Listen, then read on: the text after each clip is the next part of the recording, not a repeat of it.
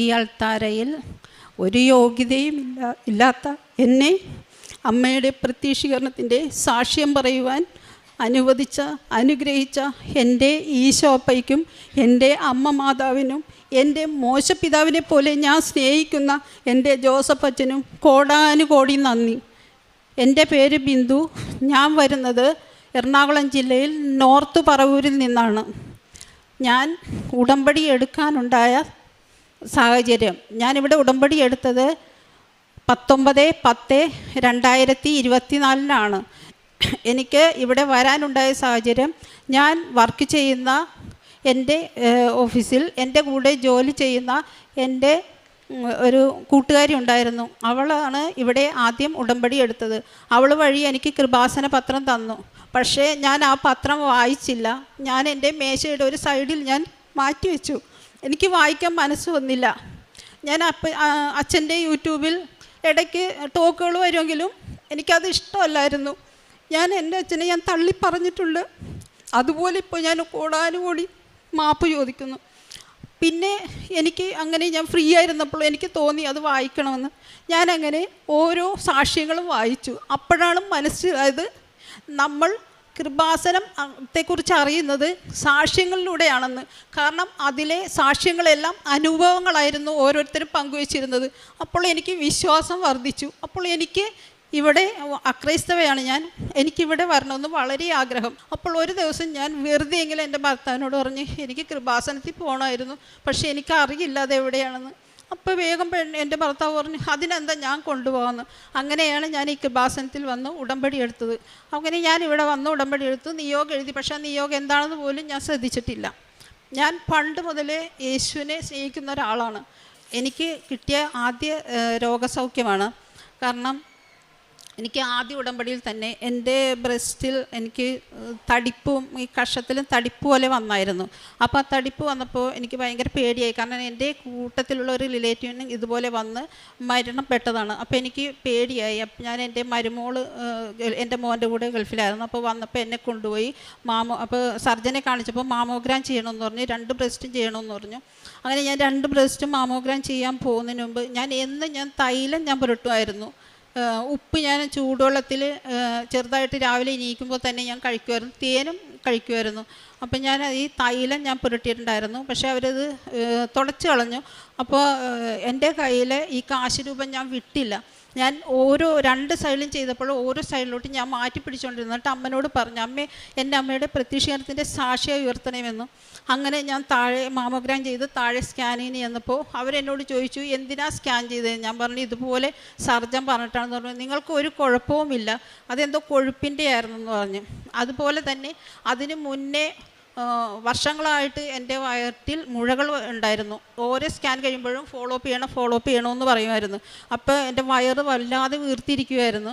അപ്പോൾ ഈ സമയത്ത് എൻ്റെ ഈ മാമോഗ്രാം ചെയ്യുന്ന സമയത്ത് തന്നെ ഞാൻ ആ സ്കാൻ റിസൾട്ട് കാണിച്ചപ്പോൾ സർജനോട് പറഞ്ഞു എൻ്റെ വയറ്റിൽ ഇതുപോലെ ഉണ്ട്. അപ്പോൾ ഡോക്ടർ എന്നെ നോക്കിയിട്ട് പറഞ്ഞു നിങ്ങൾക്ക് വയറ്റിൽ ഒരു കുഴപ്പവുമില്ല, മുഴകളൊന്നുമില്ല, ഇത് താനെ പോകുന്ന മുഴകളാണ്. പക്ഷേ അത്രയും ഉടമ്പടിക്ക് മുന്നേ ഒരു ഡോക്ടർമാർ എന്നോട് അങ്ങനെ പറഞ്ഞിട്ടില്ല. ഇന്ന് വരെ ഞാൻ പിന്നെ അതിന് ഫോളോ അപ്പും ചെയ്തിട്ടില്ല. എൻ്റെ വയറ് മറ്റേത് ഇങ്ങനെ എനിക്ക് സാരിയെ കൊടുക്കാൻ നാണമായിരുന്നു, ഇത്രയും വീർത്തിരുന്നായിരുന്നു. ഇപ്പോൾ എൻ്റെ വയറ് സാധാരണ രീതിയിലുള്ളതാണ്. പിന്നെ അതുപോലെ തന്നെ പിന്നെ എനിക്ക് കിട്ടിയ അനുഗ്രഹം എന്ന് വെച്ചാൽ എന്നെയും എൻ്റെ ഭർത്താവിനും വലിയൊരു അപകടത്തിൽ നിന്നാണ് രക്ഷിച്ചത്. ഞാനും ഭർത്താവും കലൂരാണ് വർക്ക് ചെയ്യുന്നത്. അപ്പോൾ ഒന്നിച്ചാണ് ഞങ്ങൾ തിരിച്ചു പോരുന്നത്. ഞങ്ങൾ കണ്ടെയ്നർ വഴിയാണ് വരുന്നത്.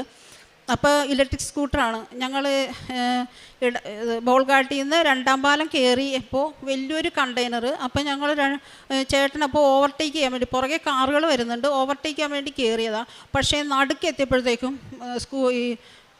ബെൽറ്റ് പൊട്ടിപ്പോയി.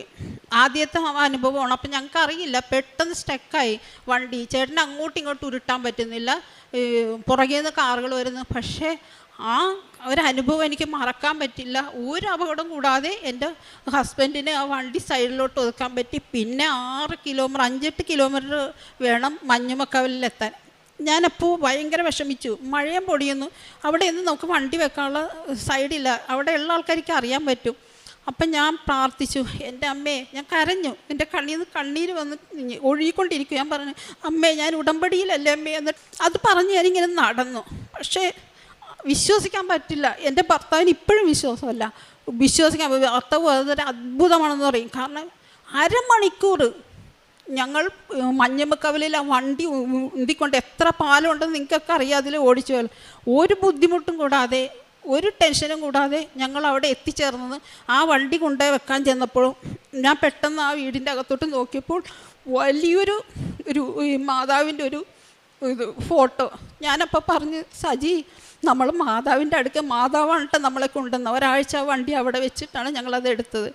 അതുപോലെ തന്നെ പിന്നെയുള്ള രോഗസൗഖ്യം, എൻ്റെ ബ്ലഡ് പ്രഷർ 3 വർഷമായിട്ട് ഞാൻ 50 mg ഗുളികയാണ് ഞാൻ കഴിച്ചുകൊണ്ടിരിക്കുന്നത്. ഞാനൊരു സാക്ഷ്യത്തിൽ കേട്ടു, ഒരു ചേട്ടൻ പറയണ കേട്ടു, ഇതുപോലെ എനിക്ക് ബ്ലഡ് പ്രഷർ ഉണ്ടായിരുന്നു, ഭയങ്കര ഹൈ ആയിരുന്നു. അപ്പോൾ ഞാൻ അമ്മനോട് പ്രാർത്ഥിച്ചതിൻ്റെ ഫലമായി, ഉടമ്പടി തൈലമൊക്കെ ഉപയോഗിച്ചതിൻ്റെ ഫലമായി മാറിയെന്ന്. അപ്പം ഞാനും പറഞ്ഞു, അമ്മേ ആ ചേട്ടന് മാറ്റിയത് കൂട്ട് തന്നെ എൻ്റെ പ്രഷർ മാറ്റണേ. 50 mg ഗുളികയും കൊളസ്ട്രോളിൻ്റെ ഗുളികയും ഞാൻ കഴിക്കുന്നുണ്ട് അമ്മ. എനിക്ക് ഭയങ്കര ബുദ്ധിമുട്ടാണ്. എനിക്ക് സിസ്റ്റത്തിൽ വർക്ക് ചെയ്യുമ്പോൾ എൻ്റെ തല പൊട്ടിപ്പോണ കൂട്ട് എനിക്ക് തോന്നും. ഭയങ്കര വേദനയും തലവേദനയും കണ്ണൊന്നും കാണാൻ പറ്റാത്ത ബുദ്ധിമുട്ടാണ്. അങ്ങനെ പറഞ്ഞിട്ട് പിന്നെ ഞാൻ പറഞ്ഞു, ഇനി ഞാൻ ഈ ഗുളികൾ കൊളസ്ട്രോളിൻ്റെയും ബിപിയുടെയും ഗുളിക ഞാൻ കഴിക്കില്ല. ഈ 4ാമത്തെ പുതുക്കലിന് ശേഷം ഞാൻ ആ ഗുളികകൾ ഞാൻ ഇതുവരെയും കഴിച്ചിട്ടില്ല. ഞാനത് മാറ്റിയിട്ട് ഞാൻ അമ്മ പ്രാർത്ഥിക്കുന്നതിൻ്റെ കൂട്ടത്തിൽ ഞാൻ അവിടെ കൊണ്ട് എൻ്റെ ഗുളികകൾ വെച്ചിട്ട് പറഞ്ഞു, അമ്മേ ഇത് ഞാൻ ഇവിടെ അമ്മയ്ക്ക് വെച്ചിരിക്കുകയാണ്, ഞാനിത് ഉപയോഗിക്കില്ല, എൻ്റെ പ്രഷർ അമ്മ മാറ്റിയാൽ മതി.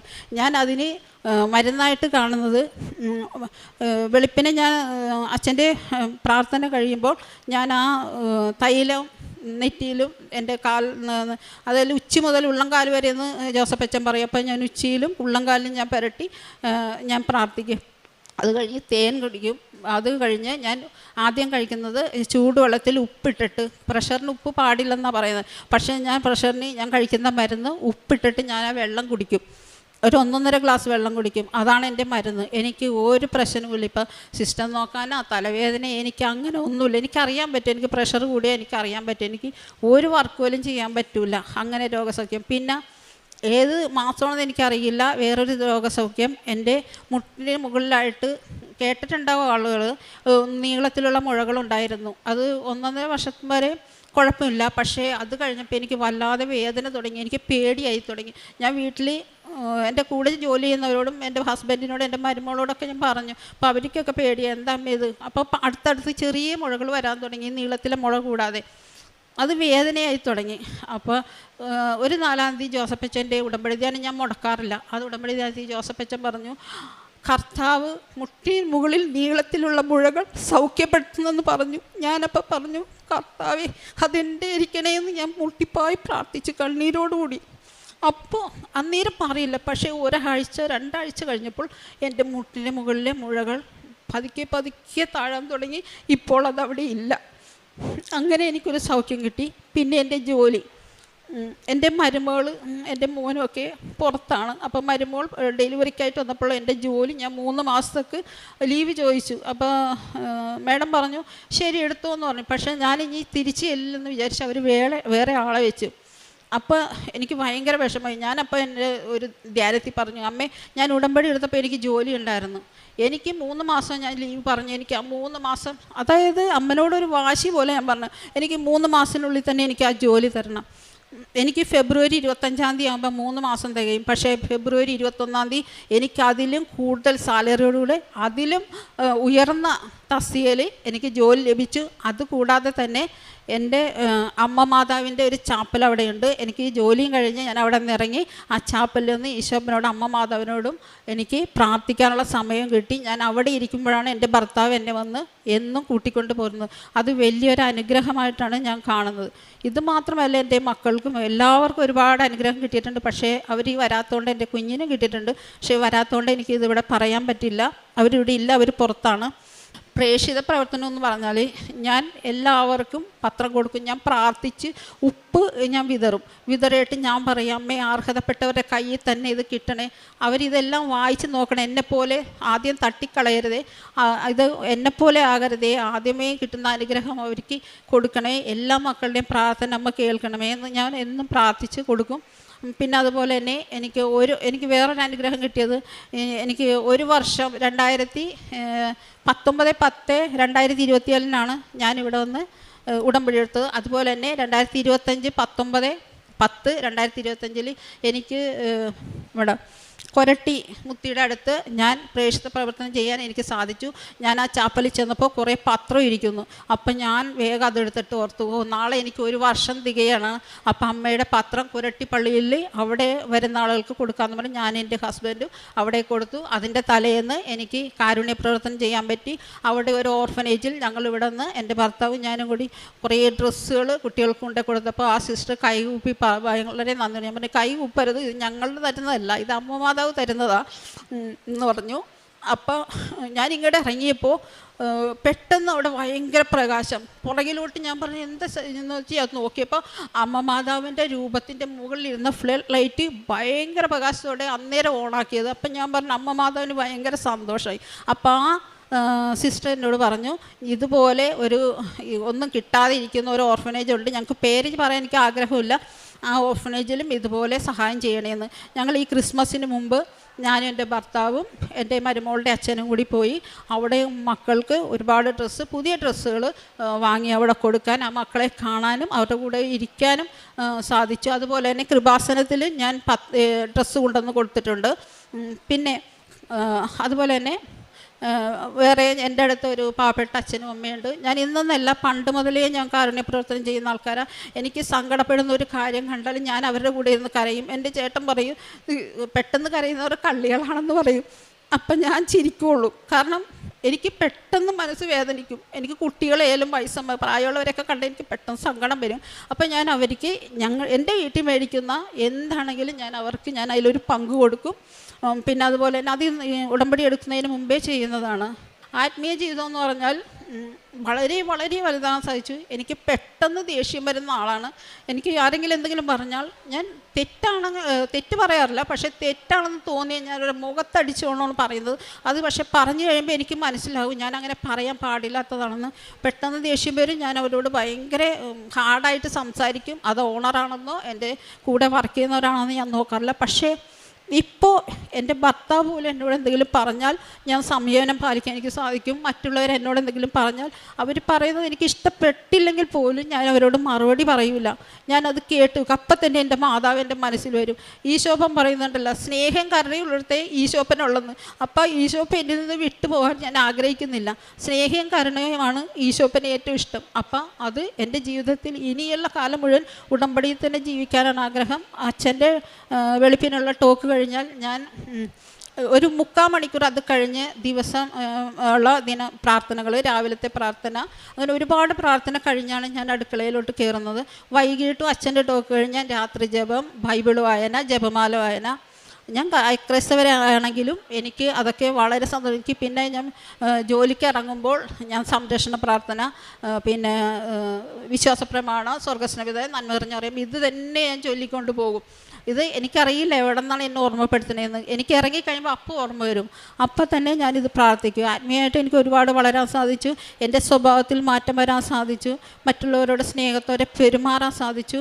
ബൈബിളുണ്ട് എനിക്ക് ജോലി കിട്ടിയ വലിയൊരു കാര്യം പറയാൻ മറന്നുപോയി. എൻ്റെ ജോലി നഷ്ടപ്പെട്ടപ്പോൾ ഞാൻ വളരെ വിഷമിച്ചായിരുന്നു. അപ്പോൾ ബൈബിളിൽ ഞാൻ പറയും എന്നോട് സംസാരിക്കണമെന്ന് പറഞ്ഞ് ബൈബിൾ തുറക്കും. അപ്പം ഞാനന്ന് ബൈബിൾ തുറന്നപ്പോൾ അതിൽ കണ്ട എനിക്കൊരു ചേച്ചി എന്ന ബൈബിളാണ് പണ്ട്. അപ്പോൾ എൻ്റെ യേശുവിനുള്ള വിശ്വാസം കൊണ്ട് അപ്പോൾ അതിൽ വായിച്ചപ്പോൾ അതിൽ 2002 ഒരു റെസീറ്റ് ഇരിക്കുന്നു. അപ്പം ഞാൻ നോക്കിയപ്പോൾ ഞാൻ ജോലി ചെയ്യുന്ന അടുത്ത ലിറ്റിൽ ഫ്ലവർ ചർച്ചിലെ ബൈബിളാണ് ഈ റെസീറ്റ്. അപ്പം ഞാൻ പെട്ടെന്ന് എൻ്റെ മനസ്സിൽ ഞാൻ പറയുന്നത് അറിയാതെ, അമ്മേ ഇത് ലിറ്റിൽ ഫ്ലവർ ചർച്ച്, എനിക്ക് അമ്മ അവിടെയാണ് ജോലി തരാൻ പോകണം, പക്ഷേ ഇനി ഒരു സ്ഥാപനം അവിടെ ഇല്ലല്ലോ അമ്മേ, പിന്നെ എനിക്ക് എങ്ങനെ അമ്മ ജോലി തരുമെന്ന് ഞാൻ പറഞ്ഞു. പക്ഷേ ആ 21 അതിന് ഒരു 18-ാം തീയതി ഞാൻ ഇത് 5 മിനിറ്റുള്ള ഈ ധ്യാനത്തിൻ്റെ ഇടയ്ക്ക് പറഞ്ഞു എനിക്ക് 5 മിനിറ്റുള്ള ഈ വചനം കഴിഞ്ഞതിന് മുമ്പ് തന്നെ എനിക്ക് മറുപടി അമ്മ തന്നെന്ന് പറഞ്ഞപ്പോൾ ആ ധ്യാനത്തിൻ്റെ ഒരു 5 മിനിറ്റ് പോലും ആയില്ല, എനിക്കൊരു കോൾ വന്നു. ഞാൻ എഴുതി വെച്ചൊരു പേരുണ്ട്, പേര് പറയാൻ ആഗ്രഹിക്കുന്നില്ല, പക്ഷേ ആ പേരിനോട് സാമ്യമുള്ള ഒരു പേര്, വലിയൊരു സ്ഥാപനം, 10-35 വർഷമായിട്ടുള്ള സ്ഥാപനത്തിൽ നിന്ന് എന്നെ വിളിച്ചത്, ഇൻ്റർവ്യൂവിൽ അറ്റൻഡ് ചെയ്തത്. അപ്പോൾ എനിക്ക് അത്ഭുതമായിട്ട് തോന്നിയത് ആ 16-ാം തീയതി, എനിക്ക് 21-ാം തീയതിയാണ് ഞാൻ അവിടെ ജോലി കയറുന്നത്. ആ 16-ാം തീയതി ഞാൻ ജോലി ചെയ്യുന്ന സ്ഥാപനത്തിൻ്റെ അടുത്ത്, ലിറ്റിൽ ഫ്ലവർ ചർച്ചിൻ്റെ അടുത്ത് പുതിയതായിട്ടൊരു സ്ഥാപനം തുടങ്ങി. 21-ാം തീയതി ഞാൻ അവിടെ ജോയിൻ ചെയ്തു. അമ്മയുടെ ഏറ്റവും വലിയ അത്ഭുതമാണെന്ന് ഞാനിത് പറയുള്ളൂ. കാരണം നിങ്ങളെന്നെ ഒന്ന് ആലോചിച്ച് നോക്കിയേ, ഞാൻ അത്രയും 3 മാസമേ ഉള്ളൂ ഞാൻ അവിടെ നിന്ന് പോന്നിട്ട്. പക്ഷേ അവിടെ അങ്ങനെ ഒരു സ്ഥാപനം ഉയരുന്നത് പോലും എനിക്കറിയാൻ പാടില്ലായിരുന്നു. അവിടെ നിന്ന് അങ്ങോട്ട് തിരിഞ്ഞ് നടക്കുന്നിടത്ത് എനിക്ക് അമ്മയുടെ അടുത്ത്, ആ ജോലി സ്ഥലത്തടുത്ത് അമ്മയുടെ ചാപ്പലും തന്ന് എനിക്ക് എന്നും അമ്മയുടെ പ്രാർത്ഥിക്കാനും ഈശോപ്പനോടും പ്രാർത്ഥിക്കാനും കൃപ തന്ന്, എനിക്കറിയാം എനിക്ക് ഒരുപാട് ദൈവാനുഗ്രഹങ്ങൾ എനിക്ക് കിട്ടിയിട്ടുണ്ട്. ഞാൻ മനസ്സുരുകി കരഞ്ഞ് പ്രാർത്ഥിച്ചപ്പോൾ എനിക്ക് പറഞ്ഞ് വിശ്വസിക്കുന്ന അറിയില്ല. ഞങ്ങൾ വില്ലകളിലാണ് താമസിക്കുന്നത്. അപ്പം ഞങ്ങളുടെ വില്ലകളിൽ ആരും പ്രാവിനെ വളർത്തുന്നില്ല. അപ്പം ഞാനിങ്ങനെ കണ്ണീരോടെ ഇങ്ങനെ കുമ്പിട്ടിരുന്ന് വിളക്ക് വെച്ചിട്ട് ഞാനിങ്ങനെ ഭയങ്കര ചെറുകടി ശബ്ദം. അപ്പം ഞാൻ പെട്ടെന്ന് ഇങ്ങനെ തലപൊക്കി നോക്കിയപ്പോൾ എൻ്റെ നേരെ ഓപ്പോസിറ്റുള്ള വീടിൻ്റെ മുകളിൽ 3 പ്രാവുകൾ, ഒരു വെള്ള ചെറിയ പ്രാവും വേറെ 2 പ്രാവും, അതെന്നെ ഇങ്ങനെ നോക്കിയിട്ട് പെട്ടെന്ന് തന്നെ ഭയങ്കര ചെറിയ ശബ്ദത്തിൽ പറന്നുപോയി. അപ്പോൾ എൻ്റെ പെട്ടെന്ന് മനസ്സിൽ വന്നത്, ഞാനിങ്ങനെ പറഞ്ഞു, എൻ്റെ ഔസേ പിതാവും എൻ്റെ മാതാവും എൻ്റെ ഈശോപ്പയും എൻ്റെ അടുത്ത് വന്നതാണ്. ഞാനതെല്ലാവരോടും പറഞ്ഞായിരുന്നു. പിന്നെ ഇതുപോലെ ഒരുപാട് അനുഗ്രഹങ്ങൾ എനിക്ക് തന്നിട്ടുണ്ട്. അത് ചെറുതും അതിവിടെ പറയാനായിട്ട് സമയപരിധി മൂലം ഞാൻ പറയുന്നില്ല. നിങ്ങളോട് ഓരോരുത്തരോടും എനിക്ക് പറയാനുള്ളത്, അമ്മയെ മനസ്സുരുകി വിളിച്ചാൽ നമ്മുടെ മുന്നിൽ പ്രത്യക്ഷപ്പെടുന്ന ഒരു അമ്മയെയാണ് നമുക്ക് ജോസഫച്ചൻ തന്നിരിക്കുന്നത്. ജോസഫച്ചൻ്റെ 40 വർഷത്തെ പുരോഹിത ജീവിതത്തിൽ നമുക്ക് തന്ന ഏറ്റവും വലിയ പുണ്യമാണ് നമ്മുടെ ജീവനുള്ള അമ്മ. എനിക്ക് ഒരുപാട് അത്ഭുതങ്ങൾ തന്നിട്ടുണ്ട്. പക്ഷേ ആ അത്ഭുതങ്ങളൊന്നും ഇവിടെ ഇപ്പോൾ പ്രസക്തമല്ല. കാരണം അതിലും വലിയ അത്ഭുതങ്ങളാണ് ഇവിടെ നടന്നുകൊണ്ടിരിക്കുന്നത്. അതുകൊണ്ട് ഇത്രയും അനുഗ്രഹങ്ങൾ തന്ന, ഇനിയും എനിക്ക് ഈ ഉടമ്പടിയിൽ തന്നെ ജീവിക്കാനാണ് ആഗ്രഹം. ഇത്രയും അനുഗ്രഹങ്ങൾ തന്ന എൻ്റെ അമ്മ മാതാവിനും എൻ്റെ ഈശോപ്പയ്ക്കും എൻ്റെ മോശപിതാവിനെ പോലും ഞാൻ സ്നേഹിക്കുന്ന എൻ്റെ ജോസഫ് അച്ഛനും കോടാനുകോടി നന്ദി. സങ്കീർത്തനം 23:4 പറയുന്ന ഇപ്രകാരമാണ്: മരണത്തിന് നിഴൽ വീണ താഴ്വരയിലൂടെയാണ് ഞാൻ നടക്കുന്നതെങ്കിലും അവിടുന്ന് കൂടെ ഉള്ളതിനാൽ ഞാൻ ഭയപ്പെടുകയില്ല. അങ്ങയുടെ ഊന്നുവടിയും ദണ്ഡും എനിക്ക് ഉറപ്പേകുന്നു. മനുഷ്യജീവിതത്തിൽ ഭയപ്പെടുന്ന ഘടകങ്ങളാണ് രോഗവും നഷ്ടവും അപകടങ്ങളും അനിശ്ചിതത്വങ്ങളുമെല്ലാം. എന്നിവയൊക്കെയാണ് മരണത്തിൻ്റെ നിഴലുകൾ നമ്മുടെ ജീവിതത്തിലുള്ളത്. ആ താഴ്വരയിലൂടെ യാത്ര ചെയ്യുമ്പോഴാണ്, അത്തരമൊരു ഇരുണ്ട അവസ്ഥയിലൂടെ പോകേണ്ടി വരുമ്പോഴാണ് പലപ്പോഴും നമ്മൾ ദൈവത്തെ തിരക്കുന്നത്. ഈ അവസ്ഥകളിൽ കൂടി പോകേണ്ടി വന്നാലും ദൈവം നമുക്കൊപ്പം ഉണ്ടെന്നുള്ള ഉറച്ച വിശ്വാസമാണ് ഉടമ്പടി മക്കൾക്ക് ഉടമ്പടി ജീവിതത്തിൽ ലഭിക്കുന്നത്.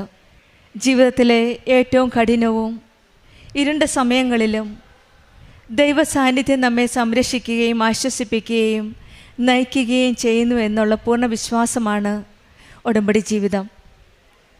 ദൈവം നമ്മോടൊപ്പം ഉണ്ടെന്ന ഉറപ്പ്, പരിശുദ്ധാമ്മയുടെ സംരക്ഷണം നമ്മുടെ കൂടെയുണ്ടെന്നുള്ള ഒരു അനുഗ്രഹം, ഇത് തന്നെയാണ് ഈ അക്രൈസ്തവ മകളായ ബിന്ദു സജി നമ്മളോട് ഷെയർ ചെയ്തത്. പരിശുദ്ധ അമ്മയെ ആദ്യമായിട്ടറിയുന്നത് ഒരു ചെറിയ പത്രത്തിൽ കൂടിയാണ്. ആദ്യം അത് തിരസ്കരിച്ചെങ്കിലും പിന്നീട് മകൾക്ക് മനസ്സിലായി, എന്തോ ഉള്ളിൽ നിന്നുള്ള ഒരു പ്രചോദനമായി ആ പത്രം വായിച്ചപ്പോഴാണ് മനസ്സിലാക്കിയത് സാക്ഷ്യങ്ങളെല്ലാം അനുഭവങ്ങളാണെന്ന്. പിന്നീടാണ് ഈ മകളുടെ ഒരു വലിയൊരു ഉടമ്പടി ജീവിതത്തിലേക്കുള്ള ഒരു യാത്ര. ഇവിടെ വന്നു, ഉടമ്പടി എടുത്തു. ഹസ്ബൻഡിനും അധികം വിശ്വാസമൊന്നുമില്ലായിരുന്നു തുടക്കത്തിൽ. പിന്നീട് രണ്ടുപേരും പ്രാർത്ഥനയോടെ വിശ്വാസത്തോടെ ഉടമ്പടി ജീവിതത്തിലേക്ക് കാലുവെച്ചു. പിന്നീട് ഈ മകൾ പറഞ്ഞ ഓരോ സൗഖ്യങ്ങളും, രോഗസൗഖ്യത്തിൻ്റെ കാര്യങ്ങൾ, ആദ്യം അറിഞ്ഞത് മൊമോഗ്രാം ചെയ്തപ്പോഴത്തേന് കഷത്തിലുണ്ടായിരുന്ന മുഴകളുടെ കാര്യം, വയറിലുണ്ടായിരുന്ന മുഴകളുടെ കാര്യം, പിന്നീടുണ്ട പല രോഗസൗഖ്യങ്ങളാണ്. ഈ 2 കാര്യങ്ങൾ ചെയ്തപ്പോഴും ഈ മകൾ പറഞ്ഞത്, ഈശോയും അമ്മയോടും ചേർന്ന് നിന്ന് പ്രാർത്ഥിച്ച് ഉടമ്പടി വസ്തുക്കളായ ഉടമ്പടി തൈലവും ഉപ്പും തേച്ച് പ്രാർത്ഥിച്ചു, വിശ്വാസ പ്രമാണം ചൊല്ലി. അതിന് ശേഷമാണ് പിന്നീട് ടെസ്റ്റ് ചെയ്താൻ പോയത്. ഉടമ്പടിക്ക് മുൻപ് പറഞ്ഞിരുന്നത് പിന്നീട് ഫോളോ അപ്പ് ചെയ്യണമെന്നായിരുന്നു. ഉടമ്പടിക്ക് ശേഷം ഡോക്ടർ പറഞ്ഞത് ഒരു കുഴപ്പവുമില്ല, ഒന്നും പേടിക്കേണ്ട എന്നാണ്. ഇതാണ് പറയുന്നത്, നമ്മൾ ദുഃഖത്തിൻ്റെ താഴ്വരയിൽ കൂടെ പോയുമ്പോഴും ഉടമ്പടി മക്കൾക്കുള്ള ആശ്വാസമാണ് നമ്മുടെ ഉടമ്പടി വസ്തുക്കൾ വിശ്വാസത്തോടെ ഉപയോഗിക്കുമ്പോൾ ഈശോയുടെ അമ്മയുടെ സാന്നിധ്യമാണ് നമ്മുടെ ജീവിതത്തിലേക്ക് കടന്നു വരുന്നത്. അങ്ങനെയാണ് ഈ മകൾക്ക് രോഗസൗഖ്യം ലഭിച്ചത്. പിന്നീടുണ്ടായിരുന്ന ധ്യാനത്തിൽ പറഞ്ഞത്, അച്ഛൻ തന്നെ പറഞ്ഞു, കാലിൻ്റെ മുട്ടിലുണ്ടായിരുന്ന നീളത്തിലുള്ള ഒരു മുഴ അത് ഡിസപ്പിയർ ആവുന്നു എന്നാണ്, രോഗസൗഖ്യം ലഭിക്കുന്നു എന്നാണ്. ഈ മകള് 1.5 വർഷമുണ്ടായിരുന്ന ആ മുഴകൾ മാറുവാനായിട്ട് വിശ്വാസത്തോടെ പ്രാർത്ഥിച്ചു, ഉടമ്പടി വസ്തുക്കൾ ഉപയോഗിച്ചു. അച്ഛൻ അന്ന് പറഞ്ഞ ദിവസം ഈ മകൾ വീണ്ടും പ്രാർത്ഥിച്ചു. പിന്നീട് ഒരാഴ്ചയ്ക്ക് ശേഷമാണ് 1.5 വർഷമുണ്ടായിരുന്ന ആ മുട്ടിനുണ്ടായിരുന്ന മുഴകളും രോഗസൗഖ്യമായി മുഴുവനായിട്ട് അങ്ങ് മാറ്റി തന്നത്. ഇതാണ് സമയച്ചുരുക്കത്തിൻ്റെ അമ്മ. എത്ര വർഷങ്ങളുടെ കണക്കുകളല്ല അമ്മ നോക്കുന്നത്, നമ്മുടെ വിശ്വാസത്തിൻ്റെ കണക്കാണ് നോക്കുന്നത്. നമുക്ക് എത്ര വിശ്വാസമുണ്ട്, നമ്മുടെ വിശ്വാസം എത്ര ആഴത്തിലാണ് എന്നാണ് നോക്കിയാണ് ഈ മകളുടെ വിശ്വാസത്തോടെ പ്രാർത്ഥിച്ചപ്പോഴാണ് ഈ മകൾക്ക് ആ രോഗസൗഖ്യം ലഭിച്ചത്. പിന്നീട് ഈ മകൾ പറഞ്ഞത് BP-ൻ്റെ ഉള്ള അസുഖമാണ്. അതോ ഈ മകൾ പറഞ്ഞ് സത്യത്തിൽ ഉപ്പ് ഉപയോഗിക്കാൻ പാടില്ലാത്ത ഒരു അസുഖമാണ്. 3 വർഷമായിട്ട് ഗുളിക കഴിച്ചുകൊണ്ടിരുന്ന ഈ രോഗത്തിന് ഈശോയും അമ്മയോടും കനിഞ്ഞ് പ്രാർത്ഥിച്ചപ്പോഴാണ് കഴിക്കരുതാത്ത ഉപ്പ് വിശ്വാസത്തോടെ ഈ മകൾ കഴിച്ചത്. നമ്മൾ കേട്ടതാണ് പഴയ നിയമത്തിൽ എലീശ പ്രവാചകന് എരിഹോമിലെ വെള്ളം മലിനമായിരുന്നപ്പോൾ അത് ശുദ്ധീകരിക്കാനായിട്ടും വന്ധ്യത ഉണ്ടാക്കുമായിരുന്നു ആ വെള്ളം. ആ വെള്ളമാണ് ഉപ്പിട്ട് ശുദ്ധീകരിച്ച് അവിടെയുള്ള ജനങ്ങൾക്ക് കൊടുത്തത്. അതുപോലെ തന്നെയാണ് പരിശുദ്ധ അമ്മയുടെ ഈ ആലയത്തിൽ വന്ന് പ്രാർത്ഥനയോടെ നമ്മളെടുക്കുന്ന ഈ ഉപ്പ് ഈശോയും അമ്മയും അനുഗ്രഹിച്ച് തരുന്ന ഒരു വലിയ ഒരു ഔഷധമാണ്. ഈ മകള് അതാണ് ഔഷധമായി ഉപയോഗിച്ചത്. ഈശോയുടെ അമ്മയുടെ സാന്നിധ്യം മനസ്സിലാക്കി പ്രാർത്ഥിച്ച് ആ ഉപ്പാണ് BP എന്ന അസുഖത്തിന് ഉപയോഗിച്ചത്. 3 വർഷമായി ഉപയോഗിച്ചിരുന്ന ടാബ്ലറ്റാണ്. പിന്നീട് ടെസ്റ്റ് ചെയ്താൽ പോയപ്പോൾ ഡോക്ടർ പറഞ്ഞത് ഇനി അത് ഉപയോഗിക്കേണ്ട കാര്യമില്ല എന്ന്. ഇതാണ് വിശ്വാസം. വിശ്വാസത്തോടെ നമ്മൾ പ്രാർത്ഥിക്കുന്നത് എന്നും നമ്മുടെ സ്വർഗസ്ഥനായ പിതാവ് നമുക്ക് കഴിഞ്ഞു തരുമെന്നുള്ള ആ വിശ്വാസമാണ് നമുക്ക് ആവശ്യമുള്ളത്. ഈ മകളുടെ വിശ്വാസമാണ് ഒരുപക്ഷേ ഈ മകളെ രോഗസൗഖ്യം നൽകി ഇന്ന് ഈ പരിശുദ്ധ അമ്മയുടെ ആലയത്തിലെത്തിച്ചത്. പിന്നീട് വീണ്ടും ഈ മകൾ പറഞ്ഞത് ആക്സിഡൻറ്റിൽ നിന്നുള്ള സംരക്ഷണമാണ്. അതാണ് നമ്മൾ കേട്ടത്. ഈശോയും അമ്മയും കൂടെയുള്ളപ്പോൾ ജീവിതത്തിലെ ഏറ്റവും കഠിനമായ നിമിഷങ്ങളിൽ ദൈവ സാന്നിധ്യമാണ് നമ്മെ സംരക്ഷിക്കുകയും ആശ്വസിപ്പിക്കുകയും ചെയ്യുന്നതെന്ന്. ആ മക്കളെ അന്ന് സംരക്ഷിച്ചത് തീർച്ചയായിട്ടും ഈശോയുടെയും അമ്മയുടെയുമുള്ള സാന്നിധ്യമാണ്. ഇവരുടെ കൂടെ ഉണ്ടായിരുന്ന ആ സാന്നിധ്യമാണ് ഇവരെ സംരക്ഷിച്ചത്, ഉടമ്പടി ജീവിതത്തിലുള്ള സാന്നിധ്യം. പിന്നെ ഈ മകൾ പറഞ്ഞത് പ്രേക്ഷിത പ്രവർത്തനങ്ങളായിട്ട് പല കാര്യങ്ങളും എന്നെപ്പോലെ ആരും തട്ടിക്കളയരുതെന്നാണ് പറയണത്. ആ പത്രത്തിൻ്റെ കാര്യമായും പറഞ്ഞത് പ്രാർത്ഥിച്ച് ഉടമ്പടി തൈലം തേച്ച് യോഗ്യതയുള്ള ആവശ്യമുള്ള ആൾക്കാരുടെ കൈകളിൽ എത്തിക്കണമേ എന്ന് പ്രാർത്ഥിച്ചാണ് ഈ മകൾ ഉടമ്പടി പത്രം വിതരണം ചെയ്തിരുന്നത് മറ്റുള്ളവർക്ക് വേണ്ടിയിട്ട്. അത് സ്വന്തം ജീവിതത്തിലുള്ള എക്സ്പീരിയൻസാണ് ഈ മകളെ അങ്ങനെ പ്രാർത്ഥിച്ച് കൊടുക്കുവാൻ സാധിച്ചത്. ഇതും ഈശോയും അമ്മയും കഴിഞ്ഞൊഴുകിയ ഒരു വലിയ അനുഗ്രഹമാണ്.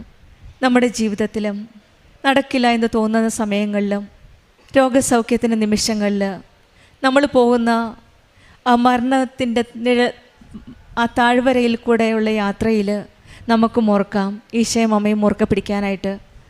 ഏത് താഴ്വരയിൽ കൂടെ കടന്നു പോയാലും ഈശോയും അമ്മയുടെ സാന്നിധ്യം നമ്മുടെ ജീവിതത്തിലുണ്ടെങ്കിൽ അവർ തന്നെ നമ്മളെ കൈപിടിച്ച് മുന്നോട്ട് നയിക്കും.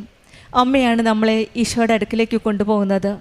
ഏതവസ്ഥയിലായാലും യേശുവിലേക്കുള്ള വഴി കാണിച്ചു തരുന്നത് അമ്മയാണ്. അമ്മ സ്വയം രക്ഷകയല്ല, പക്ഷേ രക്ഷകനിലേക്ക് നയിക്കുന്ന അമ്മയാണ്. അമ്മയുടെ മധ്യസ്ഥതയിൽ നാം ധൈര്യപൂർവ്വം പ്രാർത്ഥിച്ച് ഈശോയിൽ വിശ്വസ്തയോടെ ഉടമ്പടി ജീവിതം നമുക്ക് മുന്നോട്ട് നയിക്കാം.